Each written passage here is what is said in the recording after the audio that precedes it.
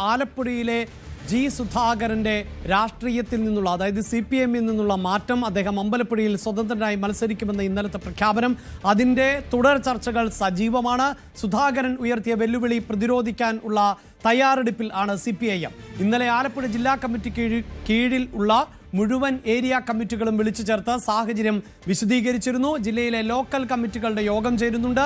General ബോഡികൾ കൂടി 14, 15 തീയതികളിൽ ആയി പ്രതിഷേധ പരിപാടികൾ വ്യാപകമാക്കുവാനുള്ള നീക്കം കൂടിയാണ് നടക്കുന്നത്. അതായത് അടുത്ത ദിവസങ്ങളിൽ തന്നെ ഈ പ്രതിഷേധ പരിപാടികളിലേക്ക് CPIM കടക്കും. അമ്പലപ്പുഴയിലെ പ്രതിഷേധം പുന്നപ്ര പറവൂരിൽ നടക്കും. വിവിധ സ്ക്വാഡുകൾ രൂപീകരിച്ചുകൊണ്ട് കുടുംബങ്ങൾ കയറിയിറങ്ങിയുള്ള ക്യാമ്പയിനുകൾ ഉൾപ്പെടെ ആണ് ഇപ്പോൾ CPIM നടത്തുന്നത്. ഇപ്പോൾ വാർത്തയുടെ വിശദാംശങ്ങളുമായി ശരണ്യ ആണ് ചേരുന്നത്. ശരണ്യ, സുധാകരൻ നിലപാട് വ്യക്തമാക്കി കഴിഞ്ഞു. ഏതെങ്കിലും ഒരു പൊളിറ്റിക്കൽ പാർട്ടിയിലേക്ക് ഇല്ല, താൻ സ്വതന്ത്രനായി മത്സരിക്കും, ആരുടെയും പിന്തുണ തേടില്ല. ഇതാണ് സുധാകരന്റെ നിലപാട്. ഈ സുധാകരന്റെ തുടർ നീക്കങ്ങൾ എന്താണ്? അതിനെ എങ്ങനെയാണ് CPIM മറികടക്കാൻ ഇപ്പോൾ ശ്രമിക്കുന്നത്?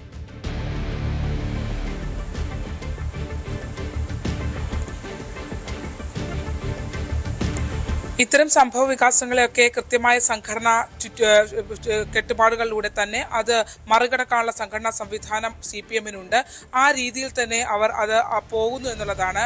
ഇന്നലെ മുതൽ തന്നെ, അതായത് ജി സുധാകരന്റെ ഇത്തരത്തിലൊരു ഔദ്യോഗികമായ അദ്ദേഹത്തിന്റെ ഒരു പ്രഖ്യാപനം വരുമെന്ന സൂചനകൾ ലഭ്യമായ ഘട്ടം മുതൽ തന്നെ CPM അതിനെ പ്രതിരോധിക്കുന്നതിന് വേണ്ടിയുള്ള നീക്കങ്ങൾ ആരംഭിച്ചു കഴിഞ്ഞിരുന്നു എന്നുള്ളതാണ്. ആദ്യഘട്ടത്തിൽ ജനറൽ ബോഡികൾ വിളിച്ചു ചേർത്തു. ഒപ്പം തന്നെ ഇന്നലെ വൈകിട്ടോടു കൂടി അടിയന്തരമായി ആലപ്പുഴ ജില്ലയിലെ മുഴുവൻ ഏരിയ കമ്മിറ്റികളും വിളിച്ചു ചേർത്തു. ഈ സാഹചര്യം വിശദീകരിച്ചു. അതോടൊപ്പം തന്നെ എങ്ങനെ ഈ മത്സരം ഉണ്ടായാൽ അതിനെ പ്രതിരോധിക്കണം എന്നതിനെ സംബന്ധിച്ചും എങ്ങനെ വിശദീകരിക്കണം, ജി സുധാകരൻ പാർട്ടി വിട്ടു പോകേണ്ട ഒരു സാഹചര്യം എങ്ങനെ ഉണ്ടായി എന്നുള്ളത് സംബന്ധിച്ചുള്ള വിശദീകരിക്കണം എന്നുള്ള അടക്കമുള്ള തീരുമാനങ്ങൾ ലഭ്യമായിട്ടുണ്ട്. ഒപ്പം തന്നെ ഈ ഏരിയ കമ്മിറ്റികൾ കേന്ദ്രീകരിച്ച് നടക്കുന്ന ആ കമ്മിറ്റികൾക്ക് പുറമെ ഇന്ന് ലോക്കൽ കമ്മിറ്റികൾ കൂടി കൂടുന്നുണ്ട്. ജനറൽ ബോഡി യോഗങ്ങൾ കൂടി വിളിച്ചാണ് CPM അതിനുള്ള ഒരു പ്രതിരോധ സംവിധാനം ഒരുക്കുന്നത്. കാരണം CPM-നെ സംബന്ധിച്ച് CPM-ന്റെ ഒരു മുഖമാണ്. 63 വർഷക്കാലത്തെ പാർട്ടി മെമ്പർഷിപ്പ് ഉള്ള ആളാണ്. അപ്പോൾ CPM-ന്റെ സമുന്നത പദവികൾ വഹിച്ച ആളാണ് ജി സുധാകരൻ. അതിനോടൊപ്പം തന്നെ പാർലമെന്റേറിയൻ എന്ന രീതിയിൽ അദ്ദേഹം ആലപ്പുഴയിൽ അക്സെപ്റ്റൻസ് ഉള്ള ഒരു ജനപ്രതിനിധി കൂടിയായിരുന്നു അദ്ദേഹം. അപ്പോൾ ആ ഒരു സാഹചര്യത്തിൽ വരുന്ന ജി സുധാകരൻ എന്ന് പറയുന്നത് സാധാരണ ഒരാൾ പാർട്ടി വിട്ടു പോകുന്ന ഒരവസ്ഥയല്ല CPM-നുള്ളത്. മറിച്ച് അതിൻ്റെ ഒരു അന്താളിപ്പും ഒപ്പം തന്നെ ആ വിഷയങ്ങളെ എങ്ങനെ മറികടക്കും എന്നുള്ള കൂടിയാലോചനകളും വളരെ ശക്തമായി CPM-നുള്ളിൽ നടക്കുന്നു എന്നുള്ളതാണ് യാഥാർത്ഥ്യം. അമ്പലപ്പുഴയിൽ അത്തരത്തിലൊരു മത്സരത്തിലേക്ക് കടക്കുമ്പോൾ ഇന്നലെ CPM ജില്ലാ സെക്രട്ടറി R നാസർ സലാം തന്നെയാണ് അമ്പലപ്പുഴയിൽ മത്സരിക്കുന്നതെന്ന് പറഞ്ഞു കഴിഞ്ഞു. അങ്ങനെയാണെങ്കിൽ അമ്പലപ്പുഴ അതൊരു അതികഠിനമായൊരു പോരാട്ടം CPM-ന് അവിടെ നടത്തേണ്ടതായി വരും. കാരണം നേരത്തെ തന്നെ 3 ടേമുകളിലായി അമ്പലപ്പുഴയിൽ മത്സരിക്കുകയും അവിടെ ജനപ്രതിനിധി എന്നുള്ള നിലയിൽ പ്രൂവ് ചെയ്ത ഒരാളാണ്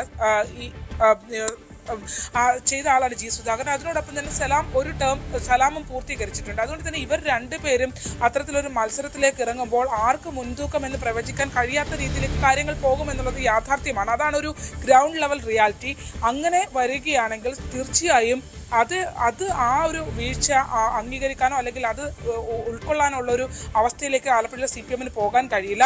കാരണം സംഘടനാ സംവിധാനത്തെ പ്രത്യേകിച്ച് സംസ്ഥാന നേതൃത്വത്തെ പ്രതിക്കൂട്ടിലാക്കാതെ ജില്ലാ നേതൃത്വത്തിന്റെ അല്ലെങ്കിൽ ജില്ലയിലെ പാർട്ടി നയിക്കുന്നവരുടെ പ്രശ്നമാണ് താൻ പാർട്ടി വിട്ട് പോകാൻ കാരണമെന്നാണ് ജി സുധാകരൻ ഉന്നയിച്ച വാദം. അദ്ദേഹം പറയുന്നത് അത്തരത്തിൽ തുടർച്ചയായി നേരിടേണ്ടി വന്ന അവഗണനയാണ്. അത് പരിഹരിക്കുന്നതിൽ അല്ലെങ്കിൽ സംസ്ഥാന നേതൃത്വം തന്നെയും തമ്മിൽ അകറ്റിയത് സജി ചെറിയാൻ ഉൾപ്പെടെയുള്ള R നാസർ സലാം ഉൾപ്പെടെയുള്ള ആ ഒരു ആലപ്പുഴയിലെ പുതുനിര ടീമാണ് എന്ന് അദ്ദേഹം ഉറച്ചു വിശ്വസിക്കുന്നു. അതിനെതിരെ ശക്തമായ പ്രതിരോധം സൃഷ്ടിക്കുമെന്നും ഇന്നലെ പറഞ്ഞു. ഇന്നത്തെ വാർത്താ സമ്മേളനം തന്നെ ശ്രദ്ധേയമാണ്. അദ്ദേഹം സംസ്ഥാന നേതൃത്വത്തെയോ അല്ലെങ്കിൽ മുഖ്യമന്ത്രിയോ അദ്ദേഹം തള്ളിക്കളയുന്നില്ല. അതേസമയം തന്നെ ആലപ്പുഴയിൽ നേതൃത്വത്തെ ആക്രമിക്കുകയും ചെയ്യുന്നുണ്ട്. പൊളിറ്റിക്കൽ ക്രിമിനലിസത്തിനെതിരെ കൃത്യമായ പോരാട്ടം തുടരുമെന്നാണ് ജി സുധാകരൻ വ്യക്തമാക്കിയിരിക്കുന്നത്. എന്തായാലും CPM വിട്ട് ഒരാൾ പുറത്തേക്ക് വരുമ്പോൾ ഉണ്ടാകുന്ന ആലയോലികൾ അത് ശക്തമായി തന്നെ ആലപ്പുഴയിലുമുണ്ട്. ഇന്നലെ ഉച്ചയോടുകൂടി തന്നെ ജി സുധാകരന്റെ ഈ പ്രഖ്യാപനം വന്നതിന് ശേഷം തന്നെ ഏരിയ കമ്മിറ്റികൾ കേന്ദ്രീകരിച്ച് അദ്ദേഹത്തിനെതിരെ പോസ്റ്ററുകൾ പതിപ്പിക്കാൻ തുടങ്ങിയിരുന്നു. വർഗവഞ്ചകൻ എന്നുള്ള രീതിയിൽ അപ്പോൾ തന്നെ പ്രിന്റ് ചെയ്ത പോസ്റ്ററുകൾ ഏരിയ കമ്മിറ്റി ഓഫീസിന്റെ മുന്നിൽ ഏരിയ സെക്രട്ടറി ശ്യാംജി ഉൾപ്പെടെയുള്ള ആളുകൾ അത് സലാമിന്റെ തന്നെ സാന്നിധ്യത്തിൽ ഒട്ടിച്ചാണ് അത്തരത്തിൽ ഒരു പ്രതിഷേധം അവർ നടത്തിയത് എന്നുള്ളതാണ്. ആ രീതിയിൽ ശക്തമായൊരു പ്രതിഷേധത്തിലേക്ക് CPM കടക്കുന്നുണ്ട്. അഭിലാഷ്. യെസ്, തീർച്ചയായും ശരണ്യ നേരത്തെ സൂചിപ്പിച്ചതുപോലെ ഇത്തരം അതായത് വിമത ശബ്ദത്തോടെ പുറത്തു പോരുന്നവരെ സംഘടനാ തലത്തിൽ അടക്കം പ്രവർത്തിച്ചുകൊണ്ട് നേരിടാൻ ശേഷിയുണ്ട് CPM-ന് എന്നതാണ്. ഒരുപക്ഷെ ചരിത്രം പരിശോധിച്ചാലും നമുക്കത് മനസ്സിലാക്കാൻ സാധിക്കും. KR ഗൗരിയമ്മയെ പോലെയുള്ളവർ പാർട്ടി വിട്ടതിന് ശേഷം അവർ രൂപീകരിച്ച പാർട്ടിക്ക് എന്താണ് സംഭവിച്ചത് എന്ന് നമുക്കറിയാം. MV രാഘവൻ പാർട്ടി വിട്ടതിന് ശേഷം എന്താണ് സംഭവിച്ചത് എന്നത് നമുക്കറിയാം. ആ പാർട്ടിക്കും എന്ത് സംഭവിച്ചു, ഇപ്പോൾ ആ പാർട്ടിയുടെ അവസ്ഥ എന്ത് എന്നതും നമുക്കറിയാം. ആഞ്ചലോസിനെ പോലെയൊക്കെയുള്ള ആളുകൾ പാർട്ടിയിൽ നിന്ന് പിന്മാറി മറ്റൊരു പാർട്ടിയിലേക്ക് ചേക്കേറുമ്പോൾ അവരുടെ ഭാവിയും ഒക്കെ ചർച്ച ചെയ്യപ്പെടുന്ന ഒരു കാലഘട്ടം ആണ്. പക്ഷേ ഇതിനിടെ നിരവധിയായി CPM-ന്റെ നേതാക്കൾ ഈ സീസണിൽ തന്നെ പാർട്ടി വിട്ടുവെങ്കിലും അതിലേറ്റവും കരുത്തനായ ഒരാൾ ആണ് G. സുധാകരൻ എന്നതിൽ തർക്കമില്ല. അമ്പലപ്പുഴ മണ്ഡലത്തിലെ സുധാകരന്റെ സാന്നിധ്യം, ആ സാന്നിധ്യം തന്നെയാണ് ഒരുപക്ഷെ ഇത്തവണ CPM-നെ വലിയ തോതിൽ വെട്ടിലാക്കുന്നത്. അതുമാത്രവുമല്ല, അവിടെ മറ്റു പ്രതിപക്ഷ പാർട്ടികൾ കോൺഗ്രസും BJP-യും ഈ അവസരത്തെ എങ്ങനെയാണ് മുതലാക്കാൻ പോകുന്നത് എന്നതും ഇനി എടുത്തു പറയേണ്ടതാണ്. ഞാൻ ശരണിയിലേക്ക് വരുന്നതിന് മുമ്പ് അമ്പലപ്പുഴ എന്നത് ഇത്തവണ CPM-നെ സംബന്ധിച്ചിടത്തോളം ഒരു സേഫ് മണ്ഡലം ആയിരിക്കുമോ? പ്രത്യേകിച്ച് G. സുധാകരൻ പാർട്ടി വിട്ട് സ്വതന്ത്ര സ്ഥാനാർത്ഥിയായി മത്സരിക്കുമ്പോൾ അവിടെ കോൺഗ്രസും BJP-യും എടുക്കാൻ പോകുന്ന നിലപാട് ഏറെ നിർണായകമാകും എന്ന് പറയുമ്പോൾ തന്നെ അമ്പലപ്പുഴയുടെ ചരിത്രം എന്ത് എന്നതാണ് നമ്മൾ ഒന്ന് വളരെ വേഗത്തിൽ പരിശോധിക്കുന്നത്.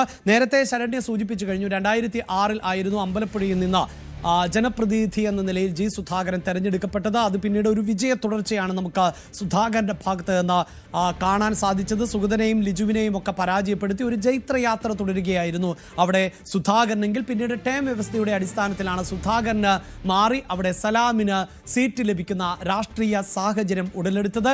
2021 തെരഞ്ഞെടുപ്പ് ചിത്രത്തിലേക്ക് പോകുമ്പോൾ കണക്കുകൾ ഇപ്രകാരമാണ്. ആ കണക്കുകൾ പരിശോധിക്കുമ്പോൾ അമ്പലപ്പുഴയിൽ 2021 നടന്ന നിയമസഭാ തെരഞ്ഞെടുപ്പിൽ, അതായത് കഴിഞ്ഞ നിയമസഭാ തെരഞ്ഞെടുപ്പിൽ CPIM നേതാവ് H. സലാം വിജയിച്ചത് 61,365 വോട്ടുകൾ നേടിക്കൊണ്ടായിരുന്നു എന്നുള്ളതാണ്. അമ്പലപ്പുഴയിലെ ഇടത് സ്ഥാനാർത്ഥിക്ക് എതിരെ മത്സരിച്ച പ്രധാന എതിരാളി എന്നത് കോൺഗ്രസിന്റെ ലിജു ആയിരുന്നു. ലിജുവിന് അവിടെ ലഭിച്ചത് 50,240 വോട്ടുകളാണ്. ഏതാണ്ട് ലീഡ് പരിശോധിക്കുമ്പോൾ നമുക്ക് മനസ്സിലാക്കാൻ സാധിക്കും 11,000-ൽ അധികം വോട്ടുകൾ ആണ് ലിജുവിനേക്കാൾ സലാം നേടിയത്. അനൂപ് ആന്റണിക്ക് കഴിഞ്ഞ തെരഞ്ഞെടുപ്പിൽ കാര്യമായ മുന്നേറ്റം നടത്താനായില്ല എന്ന് പറയുമ്പോഴും 22,000-ലധികം വോട്ടുകൾ BJP-യുടെ അനൂപ് ആന്റണി NDAക്ക് വേണ്ടി സ്വന്തമാക്കി എന്നതാണ് എടുത്തു പറയേണ്ടത്. ഇതായിരുന്നു അമ്പലപ്പുഴയിലെ 2021 തെരഞ്ഞെടുപ്പ് ചിത്രം. സലാമും അതോടൊപ്പം തന്നെ സുധാകരനും ഒരേ തോണിയിൽ തന്നെയാണ് സഞ്ചരിച്ചിരുന്നത് എങ്കിൽ പിന്നീട് ഇരുവരും തമ്മിലുള്ള അസ്വാരസ്യം ശക്തിപ്പെടുന്ന സാഹചര്യം ഉണ്ടാകുന്നു. ആ അസ്വാരസ്യം കൂടിയാണ് സുധാകരനെ ഇപ്പോൾ സ്വതന്ത്ര സ്ഥാനാർത്ഥിയായി രംഗത്തേക്ക് എത്താൻ പ്രേരിപ്പിച്ചത് എന്നതും നമുക്കറിയാം. അവിടെ ഇനി നമ്മൾ പരിശോധിക്കുന്നത് കഴിഞ്ഞ തദ്ദേശ തെരഞ്ഞെടുപ്പിൽ, അതായത് 2025 ഡിസംബറിൽ നടന്ന തദ്ദേശ തെരഞ്ഞെടുപ്പിൽ അമ്പലപ്പുഴയുടെ ചിത്രത്തിൽ എന്ത് മാറ്റം ആണ് സംഭവിച്ചത് എന്നതാണ്. അവിടെയും പ്രേക്ഷകരോട് എടുത്തു പറയേണ്ടത് അമ്പലപ്പുഴ എന്നത് LDF-ന് അനുകൂലമായി നിന്ന മണ്ഡലം തന്നെയാണ്. കഴിഞ്ഞ തദ്ദേശ തെരഞ്ഞെടുപ്പിൽ, അതായത് അമ്പലപ്പുഴ നിയമസഭാ മണ്ഡലത്തിന് കീഴിലെ തദ്ദേശ സ്ഥാപനങ്ങളിലേക്ക് നടന്ന തെരഞ്ഞെടുപ്പിന്റെ ചിത്രം ആണ് പ്രേക്ഷകർ ഇപ്പോൾ കാണുന്നത്. LDF-ന് 48,860 വോട്ടുകൾ ആണ് തദ്ദേശ തെരഞ്ഞെടുപ്പിൽ നേടാൻ സാധിച്ചത് എങ്കിൽ UDF-നെ സംബന്ധിച്ചിടത്തോളം 44,178 വോട്ടുകൾ ലഭിച്ചു.